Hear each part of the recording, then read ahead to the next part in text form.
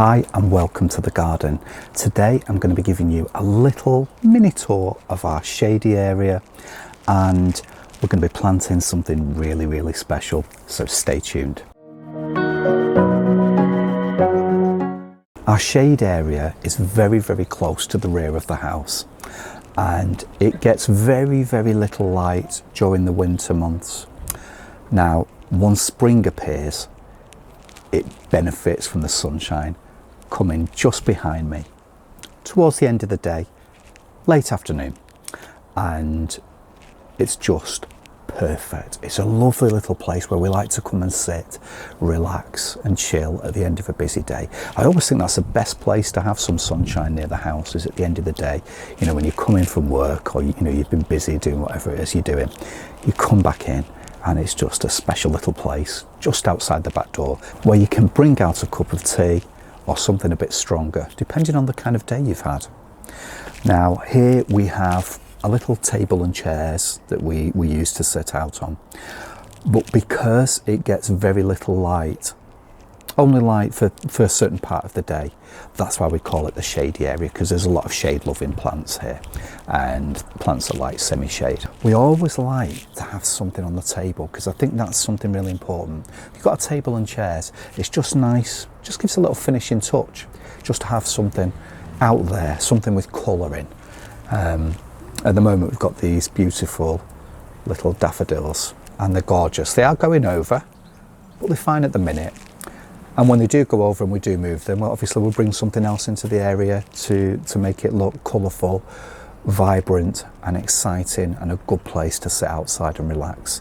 But it's a really nice place to come. You know, if you've not got a table and chairs outside, think about investing in one, because it's just so important just to have that special place to come to, you know, for any occasion, but especially at the end of a busy day, just to come out of the back door, sit outside, even if it's for 5-10 minutes, and just to relax and enjoy what's going on around. You know, look at the sky, look at the clouds, look at the plants, most importantly.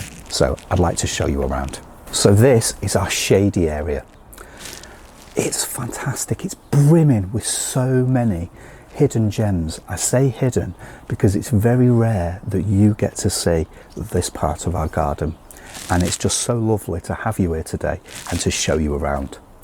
I'm going to tell you some of the plants that we've got here. Now this shrub that you can just about see, it's finished flowering. Obviously it flowers during the winter time, so around January, February we had flowers on these. And Sarcococca is a very highly scented shrub, or should I say it's a very highly scented shrub. It's evergreen, it's got the most beautiful glossy foliage.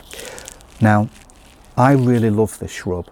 We have had it for many years. It came originally from our Sheffield garden, and we brought it to our courtyard garden, then to Manchester on our balcony garden, and now it's here with us. So it's been moved around a little bit, and I think that's why it's only quite low. It's clearly saying, I don't like to be moved. So obviously we figured out it's a shrub that doesn't like to be moved that much. It's a gorgeous shrub, and I do recommend it simply for the scent. You know, that time of year when there's nothing in the garden and you come outside, you want to be stimulated. You don't just want flowers, you want scent, and this truly gives you that scent. It gives you that burst, hence the reason it's so near the kitchen window as well. So the kitchen window is just behind where you're viewing now. It's just behind you, and it is such a lovely welcoming scent. It's so strong, but as I say, it has struggled being moved so many times. So it's going to stay here now, and hopefully it will grow much bigger over time. But we've got so many things here to show you. Now these Camellias that are running alongside me here are the most beautiful sight. They truly are. Now these were transplanted from seedlings that were growing in another part of the garden. They were brought over, placed here last summer. They didn't do very much last year, obviously, because they've just been planted into the border. Now look at them, they're taking over. They're going to be fantastic. You're going to have these tall plumes with so many lovely flowers on. And they're just a regular Camellia. They're nothing, when I say nothing special, they're not a special variety or anything. They're just the bog standard Camellias that you see all over the place. One thing I want to say about Aquilegia is that it is my favourite seed. So when the flowers turn to seed, those little tiny black shiny seeds are my favourite. I love them. I can't get enough of them. I just love rattling them as well when I walk past them. But I really do love Aquilegia seed. It's my favourite. We've got all kinds of stuff going on. We've got a lovely little primula in a tiny little pot there, which is doing really well. We've got a clematis growing up the wall and fence there. So over here we've got this beautiful, now I'll say beautiful because in summer it will be beautiful. At the minute it's been cut back. It's a hardy fuchsia. Now if you've never seen one of these growing in a garden before, I thoroughly recommend. It's the fuchsia that you used to see a lot around in gardens in the 70s and 80s and probably before then actually. It's one of those things you'd see in a grandparent's garden. But it's a fantastic and beautiful plant, and one that I would recommend to anybody because it's just so lovely, those gorgeous little red droplets with a purple around the centre. I really do recommend them. Now this will take over this space if not prevented. Now just to the side of me here we've got a beautiful plant, and one of my favourites is Geranium nodosum. Now this is known as shade loving geranium. It loves the shade. It can thrive on full shade under the canopy of trees. Really is a beautiful plant. Lots of lovely flowers for those bees. I love the shiny glossy foliage on this one as well. Absolutely stunning. We've got a fern as well. We've got a few ferns in this area. I think we've got 2. We used to have more, but they've not seemed to have come up this year, but we did have a few more.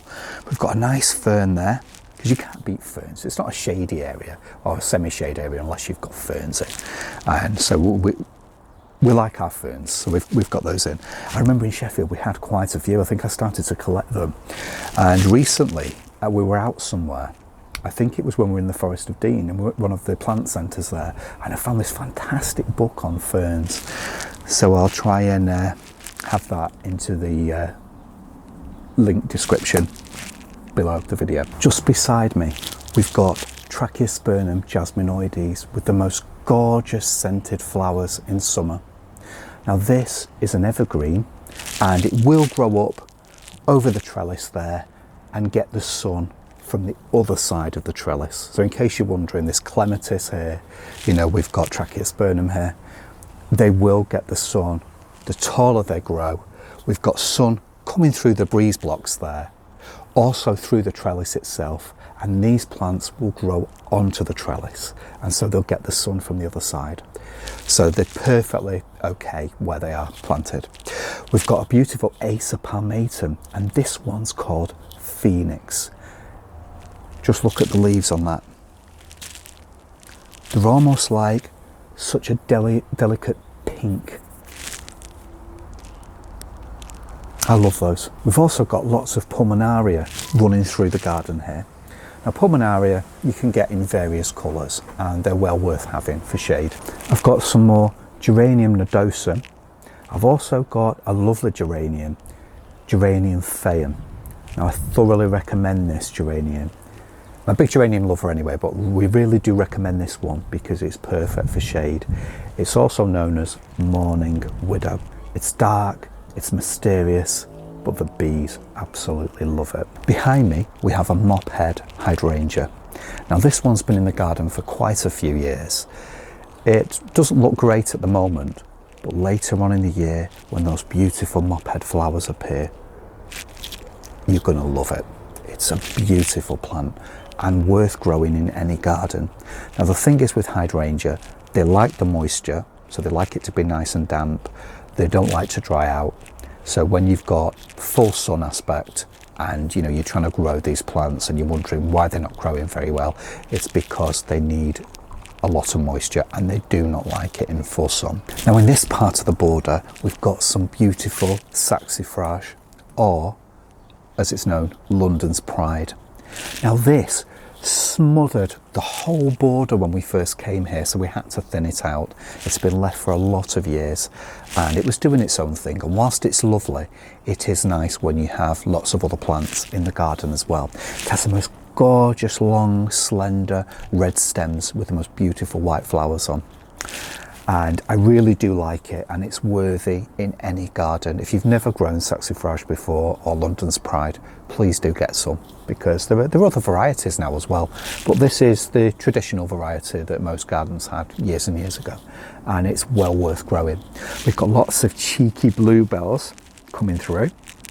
We've got Dicentra famosa here, the lovely little droplets there. Gorgeous flowers.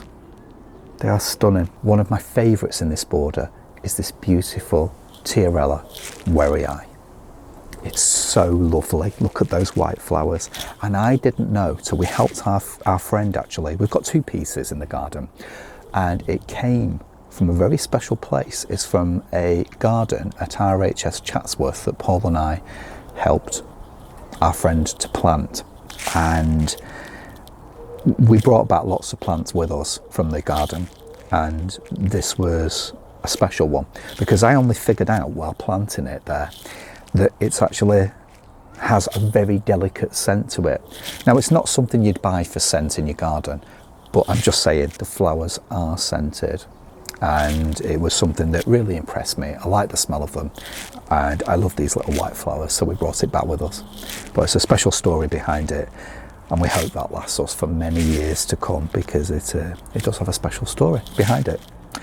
Now, we've got a hole here in the garden. That's for something very special in a moment that I will tell you about. So just to the side of me here, we have some more of the beautiful geranium phaeum. Now, it's got so many lovely flowers on, and you will find that when this comes out, the bees just cover this. They really do seem to like geranium phaeum more than any of the other geraniums. Now, that's just an opinion, but geraniums were always something that were very special and close to our heart in our last garden, well, a few gardens ago in Sheffield, because we had so many. We used to collect them, and we noticed that when we'd been given a piece of phaeum, we'd actually been given a piece by our neighbour, Pauline, and she had lots of it in her garden, and we noticed that the bees would just cover it, and it's well worth growing if just for that reason. I mean, it is a dark flower, but I like that mystery. There's something interesting about it, you know. It excites me, so I like that one. Over here we have this very sad looking camellia. This, believe it or not, is a camellia. When we first moved into this house, it was massive. It was so tall, and we realised that it wasn't really appropriate for the space. It needed reducing, so we did that. We thought that we'd killed it. You know, we were devastated, and we just kept watering and feeding.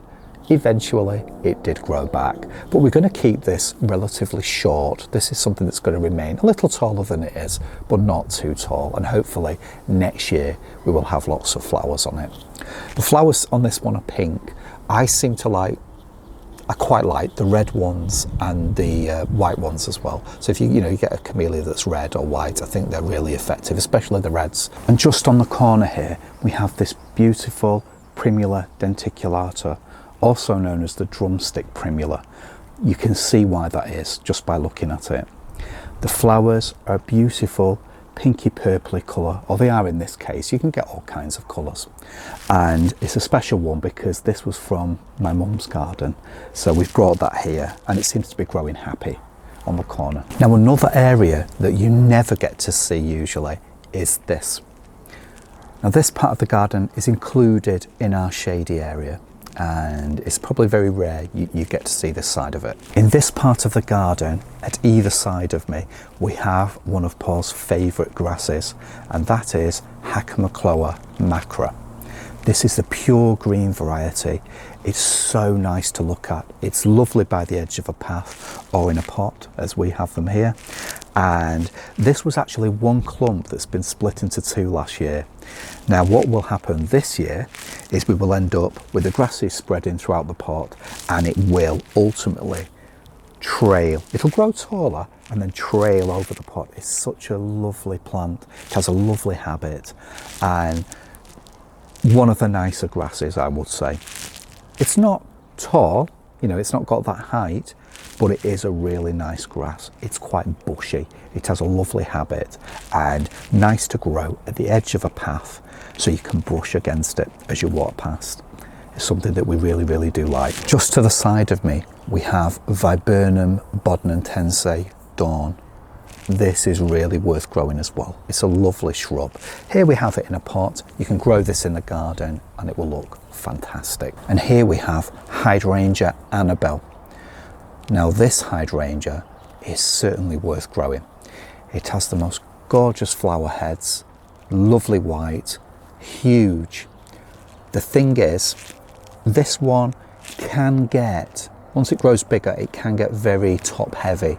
So the flowers are quite heavy and they seem to be flopping all over the place. It's not like your traditional hydrangeas. It can be quite difficult to keep it looking great. There is actually a newer variety of this plant called Strong Annabelle. Now, the name of the plant says it all. It's able to withstand the weight of the flowers. It's a lot more sturdy, and probably that might be well worth growing. We like it in its original form. We love Annabelle as it is, but perhaps a Strong Annabelle might be a good choice for you if you were thinking of growing this plant. But it has the most gorgeous white flowers on. I mean, who couldn't resist? So for Hydrangea Annabelle, we'd recommend a plant support like we have here, just to keep it in place and to stop the flowers from flopping all over the place, which is the last thing that you want. And down here we have our beautiful bird bath. Now this is just the base of a plastic plant pot. It's plastic itself, and all we do with this is give it a clean every now and then inside because of the algae, because it does build up quite quickly, especially on sunny days. And we just make sure that that's topped up daily. To be honest with you, that's lower than I'd like. It's because the birds were here before having a lovely bath, so they were enjoying themselves. So we're going to get that topped up later, probably give it a clean as well. But this is well worth it if you've got a special place in the garden that you can, you know, a little secret area where you can put a little bird bath. The birds will come. Try and make sure it's away from where any cats can get to them, so help the birds to feel as safe as possible. Possibly have places where the birds can escape to if there's any cats about. So let's go back around the other side of the shady area and I will show you which plant we're going to plant.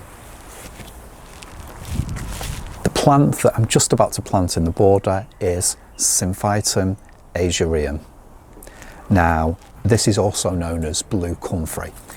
It has the most lovely flowers. They are adorable, such a cheerful blue. And there's something about comfrey that makes us want to grow it. And to be honest with you, I believe everyone should have comfrey in the garden, if only for one reason. There's two reasons why you should grow it, but one main reason is that the bees absolutely adore it. You will find that these flowers will be covered with bees in no time at all. And that's why I recommend people grow it. There's also the second reason, because the leaves themselves, you can ground up, add to water in plastic containers, seal the plastic containers, come back to it in a few months' time, and you'll have the most awful, smelly, gooey mess. But you can sift those out, sift the leaves out, and you have the most amazing feed, known as comfrey feed, and that's something that we've been doing for many, many years. So we always like to have these plants in the garden. So I'm going to plant this one now. Now we first saw this variety growing in a garden in the Lake District. We were in Cumbria and we saw it and we just had to get it. Now this variety itself can grow to about 60 centimetres by 60 centimetres. It can be, comfrey is well known for being invasive, so if you leave it, it will just take over an entire space. But it's such a lovely plant, and if you have a corner in the garden for it, please do grow it. It will be perfect in this part of the garden, in between the hydrangea here and the camellia. It will just fill this space and it will look great, and the blue flowers will look great from the kitchen window. They'll be able to be enjoyed from the garden, and the bees will love it as well. So I'm going to plant this now. So we've already got a hole there. So what I'm going to do is just try and tease the plant out of the container, and we can get that in. Oh, that's perfect. Absolutely perfect.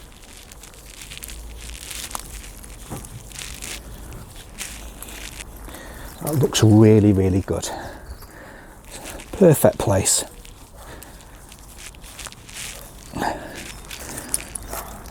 It's always helpful when you've already dug the hole, then you come back to it later on. It's fantastic. So I'm just going to water this in now, and then, in fact, before I forget, I'll pop the little label in. These labels are fantastic. And if you're not sure how to create these labels, please see our other video. So I'll just get that watered in.